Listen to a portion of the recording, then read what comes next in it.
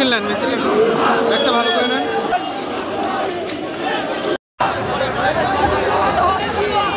এটা আমাদের বুঝতে কোনো কষ্ট হচ্ছে না যে আজকে সুপরিকল্পিতভাবে একটি সাম্প্রদায়িক উস্কানির মাধ্যমে বাংলাদেশে সাম্প্রদায়িক দাঙ্গা পাঠানোর পরিকল্পিত পায়তারা চালানো হচ্ছে।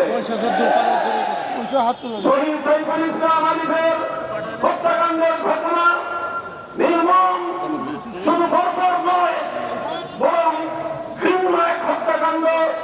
প্রকাশ্য দিবালোকে আদালত চত্বরে একটি সন্ত্রাসী সংগঠনের সশস্ত্র সন্ত্রাসীরা একজন তরুণ আইনজীবী সরকারি কর্মকর্তাকে টেনে হিচড়ে নিয়ে হত্যা করবে, এরকম বর্বরতার দৃশ্য দেখার জন্য বাংলাদেশ প্রস্তুত নয়। বাংলাদেশ আজ অগ্নিদগ্ধ, বাংলাদেশের প্রতিটি মানুষের হৃদয় আজ রক্ত করে উঠছে। বাংলাদেশের অন্তর্বর্তীকালীন সরকারকে আমরা বলতে চাই, মানুষের এই ক্ষোভ, মানুষের হৃদয়ে আপনারা বুঝবার চেষ্টা করুন এবং যে সকল হত্যাকারী হিসেবে চিহ্নিত ঘাতকদেরকে গ্রেফতার করা হয়েছে তাদেরকেই শুধুমাত্র বিচারের আওতায় আনলে চলবে না। আমাদের স্পষ্ট দাবি হলো এই ঘটনার নেপথ্যে যারা রয়েছে সেই নেপথ্য উন্মোচন করতে হবে, তাদেরকেও বিচারের আওতায় আনতে হবে। শহীদ আলিফ হত্যাকাণ্ডের জন্য ইস্কনের স্পষ্ট মদতদাতা পুলিশে ঘটনাকে আসামি করে তার রেসপন্সারদের বিরুদ্ধে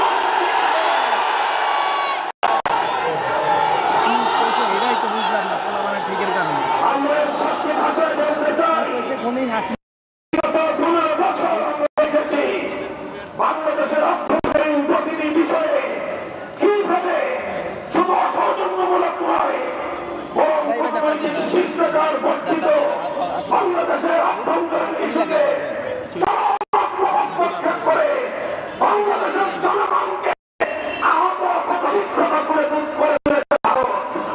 এই হত্যাকাণ্ডের মাধ্যমে বাংলাদেশের নৈরাজ্য সৃষ্টি করে রক্তের হোলি খেলা খেলানো, এটাই হলো বাংলাদেশ বিরোধী শক্তির অভিন্ন টার্গেট। কাজেই তাদের এই ষড়যন্ত্রের পাতা ফাঁদে আমরা পা দেব না। আমরা কোনোভাবেই সহিংস কোনো কর্মসূচি পালন করব না। শান্তিপূর্ণভাবে টেকনাফ থেকে তেঁতুলিয়ায় আমরা তীব্র প্রতিবাদ এবং প্রতিরোধ আন্দোলন করে তুলব। শান্তি হবে আমাদের হাতিয়ার, ধৈর্য হবে আমাদের সৌন্দর্য। শেষ মুহূর্ত পর্যন্ত আমরা ধৈর্য ধারণ করব। আমরা রাষ্ট্রকে বলবো, সরকারকে বলবো, চিন্ময় কৃষ্ণ দাসকে ভালোভাবে রিমান্ডে নিয়ে জিজ্ঞাসাবাদ করে বাংলাদেশ বিরোধী ষড়যন্ত্রের তথ্যগুলো তার কাছ থেকে আমরা উদ্ধার করুন।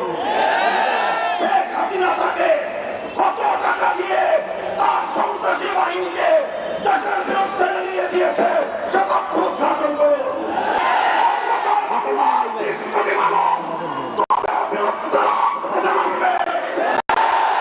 বাংলাদেশ থেকে ভারতের কূটনৈতিক সম্পর্ক ছিন্ন করার জন্য দেশের মানুষ বাধ্য হবে।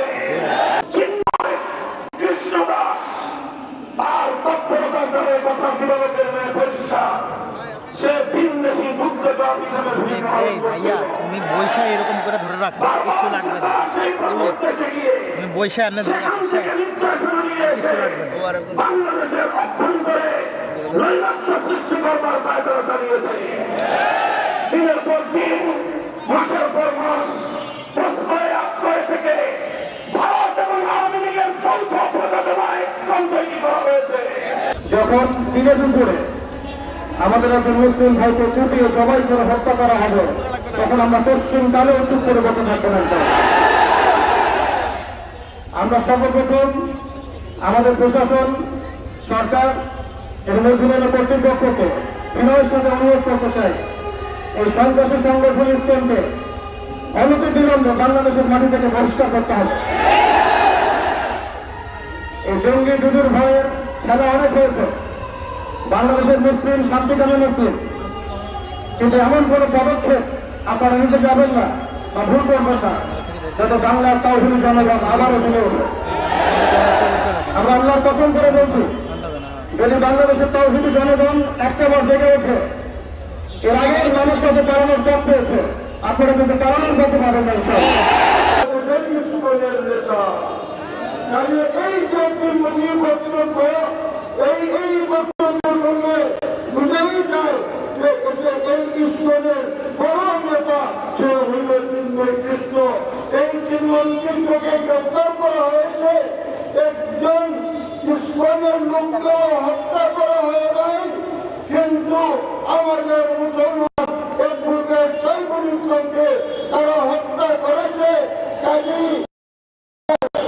আমরা সাম্প্রদায়িক বা তুল্য সাম্প্রদায়িক আপনাদের লোকগুলির মুখ সাবধান করে দিন, না হয় দরকার হবে আরেকটা বিপ্লব হবে।